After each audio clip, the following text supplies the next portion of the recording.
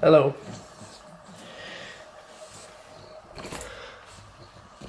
Morning.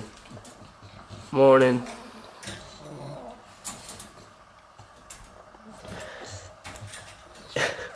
Yeah. Yeah.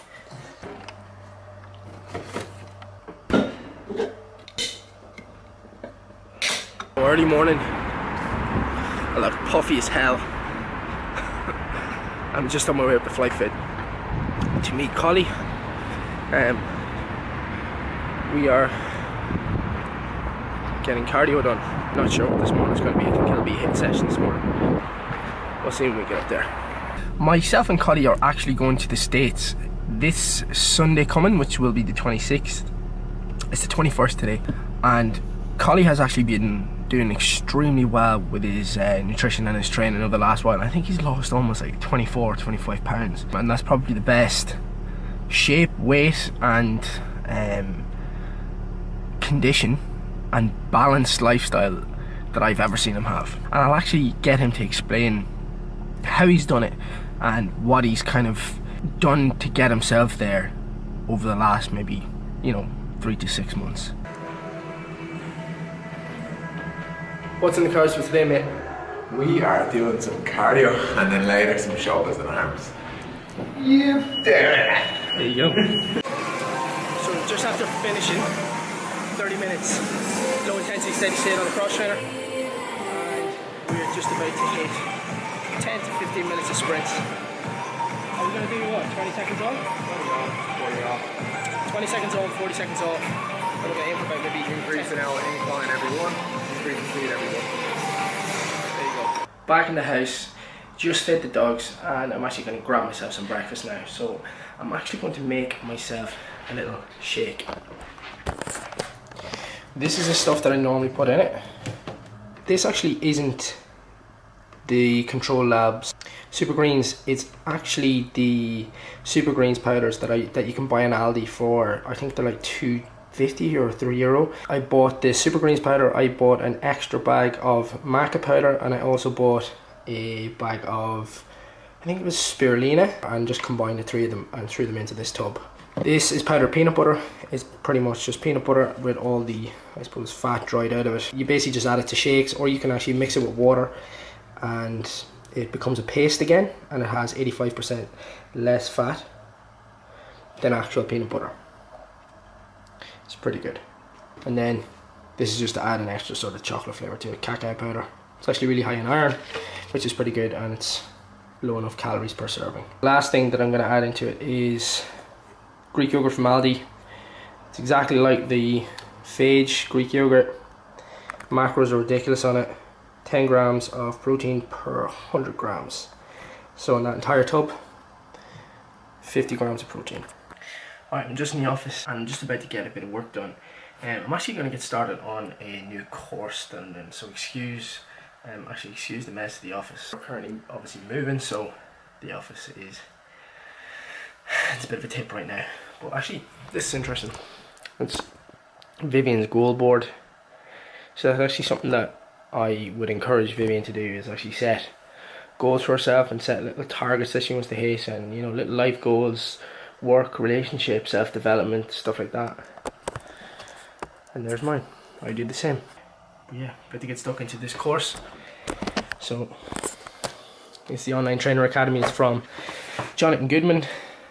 He is an amazing writer, an amazing coach. This is basically for me to give a better service and to improve what I'm currently doing for my current clients and for new coming clients. This is definitely something that I want to do long term. It's something that I'm extremely passionate about, and I really believe it's going to be a massive help, and it's going to be a massive plus and a massive addition for me to be able to help my current clients and new clients when they come on board. What's up, fam? So I invited Colin over to basically explain to you guys exactly what I told you about earlier. He's down about 11 kilos now, so it's about what, 26 pounds, isn't it? Yeah. About 25 pounds, let's say. But he's going to explain to you, I suppose, the principles that he applied to get the weight off and keep it off.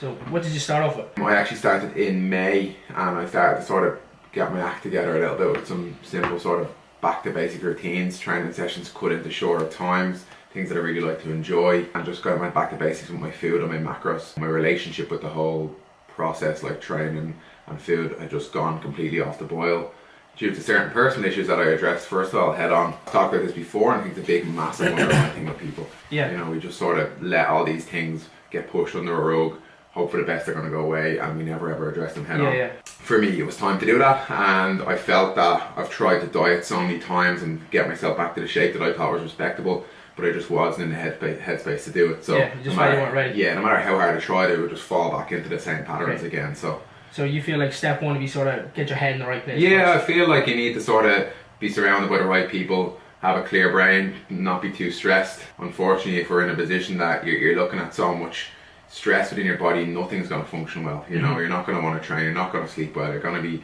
in a non-recovered state all the time. So I just felt that I was just constantly worn out and constantly no energy, and it was just my go-to to eat all the time again. So, and that has always been my thing to do. Sure. So, and when you sort of, I suppose, when you got your head in the right place, what was the sort of next step that you took? Was it sort of count macros? Was it going straight into cardio? Was it? I didn't hit cardio for a long time. I was going on holidays in June, so I just tried to have a solid month before I went away so I could feel better on holidays. Okay. I felt that I'd done that. I think I dropped like, maybe I went from 104 to like 99 before I went away, and that was a lot of water weight and shit like that coming off. And then I had my 2-week all-inclusive in Jamaica, a really good first week of training and food, and then I sort of relaxed in the second week. And then I probably came back after that, probably the same weight before I started in May, but in a much better headspace. Far more relaxed, wasn't panicking about the weight, knew I was after having a good month before, and was just back into the cycle again of enjoyable training sessions and finding a new environment to train into. I got away from the gym I was in because I worked there. I went and spent my own time, got my earphones in and just smashed it out. In terms of like nutritional protocols, like what did you do to kind of get yourself, I suppose, away from the sort of bad habits and stuff that you've done? So I just tried that. What I had tried in the past was a linear plan, so the same calories every day, same macros every day, and I felt that I was sort of, obviously if it fits your macro sort of pattern, I was like picking foods that were like not really like great for what you're getting, so there wasn't much like buy for a book sort of thing. So now I started to go back to foods that I knew filled me, that I knew were enjoyable to look at. I started to add more colour to my meals. I started eating more volume, so I looked at, instead of having the 5-6 meals a day pattern, I like ate intuitively. Tried to like fast sometimes in the morning with a lot of water and coffee, and then have bigger meals throughout the day, so I enjoyed that an awful lot more. I give like sort of like 3 little nuggets of where to start. Like, so if you've no idea where to start, what's the first thing you should do? Probably look at addressing what has stopped you before, and see if you've ever tried it before. Yeah, that's actually pretty good. What has held you back, and obviously not to do that again. Weigh up all your options that you think you have and you think you know, and so like sort of jot out all the mistakes that you made in the past. From your pros and cons list is probably the best way to head about it, and see what you can really come up with. The second one will probably be to obviously get like your sleep and stress in a better position. I've never been a great sleeper. To manage those is gonna give you obviously the recovery to go and smash a training session. Your appetite will be in a decent level of control because your blood sugars aren't going to be up and down due to really bad sleep. My third one will probably be just eat sensibly. Try to pick foods that you're going to get good volume out of for very low calories. I'm always like a broken record saying this, but it's probably the most important thing, because I see people chewing up a lot of calories with like nuts and things like that are just like, because it's so healthy, calorie dense, you know what I mean? It seemed to be healthy, handful of nuts, 250 calories. Like, I could think of so many foods that I'd enjoy way more for 250 calories. Sure, Like, so I suppose they would be my three bases in terms of work out your pros and cons. If you need to take a new approach, I would advise obviously working out what you think your calories are per day, and there's a great calculator online for that. It's if it fits your macros one. We'll pop it in the description box below anyway. So it's fantastic. You can just put in your activities. Be honest. Don't say, oh, I have a mad active job and you're sitting at a desk typing all day. And be honest with your intensity of your workout. So it's really interesting to see how many calories your body can actually survive on. In terms of, most people I think underestimate a lot of the time. They eat themselves into a too big of a calorie deficit, and then they all do is binge for days after that because their body's crying out for calories. So for sure. Yeah. And in terms of like your own training, like did you go ham on training, or did you just go?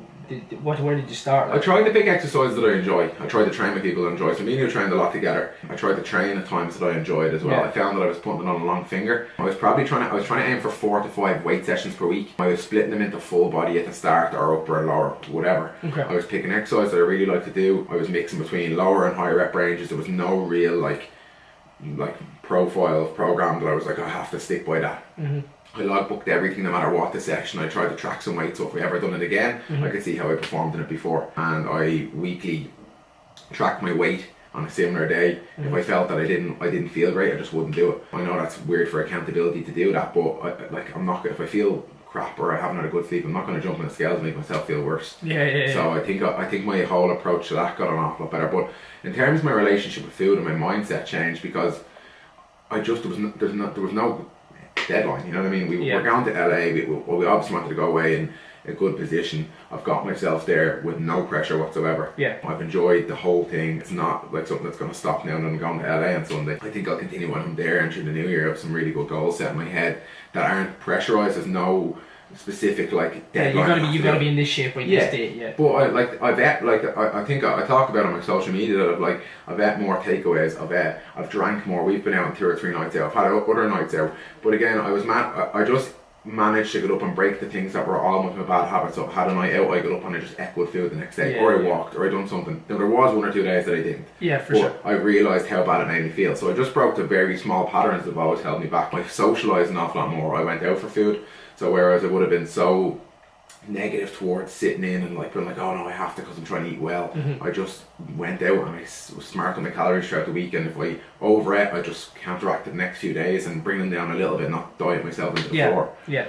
So I think that as mad as it is to say that I've been doing this for training for 6 or 7 years, I've only found what I enjoy now. That's probably one of the biggest things as well from myself is, again, I've been doing this for almost 10 years now, and I'm still sort of learning about my own habits and learning about where I sort of fall down and learning about my mistakes. If you feel like you've made a balls of things now, don't worry about it. And if you feel like you haven't, you still can't start, or you feel like there's something blocking you, don't worry about it. It may just not be the right time for you, but it'll eventually happen, and it'll eventually sort of click in your mind, and you will get there. The biggest thing is just getting started, right? Yeah, that's it. And I think, guys, if you can take smaller progressive steps and set a deadline that is realistic, like a year or a 6-month thing to hit a realistic target, and not just be totally weight orientated and getting on the scales, and that will affect your day or your week. Yeah. I think that you have to look at the 80-20 thing, and people talk about this with diet and training. I'm talking about this with the amount of good things. You know what I mean?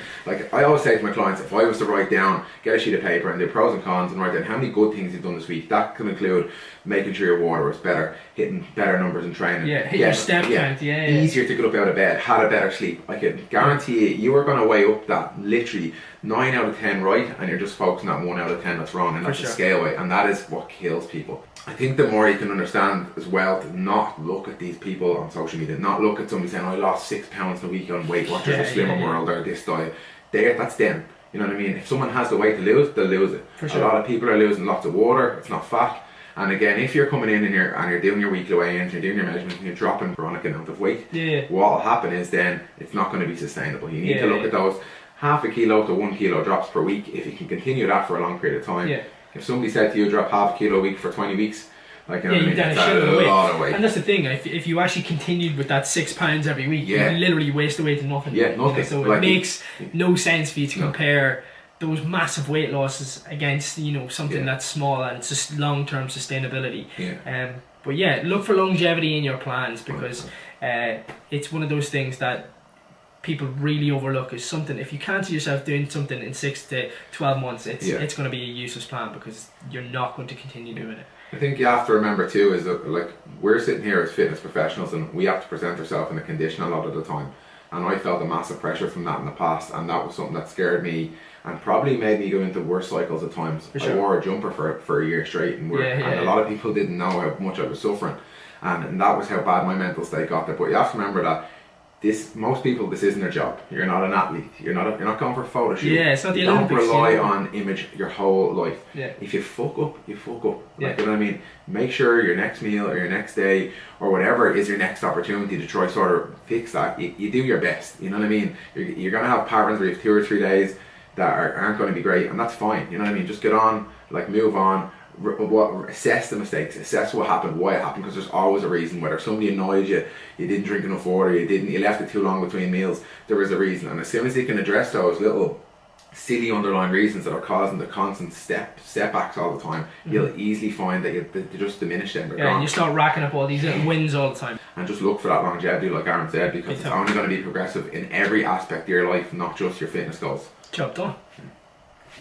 So Colin's going to work, and I now have to finish off my coursework. Hope you guys enjoyed that video. If you do have any questions or comments or suggestions on videos, you know what to do. Please do comment below, and I'm going to leave that If It Fits Your Macros calculator in the description box below too. Catch you guys next time.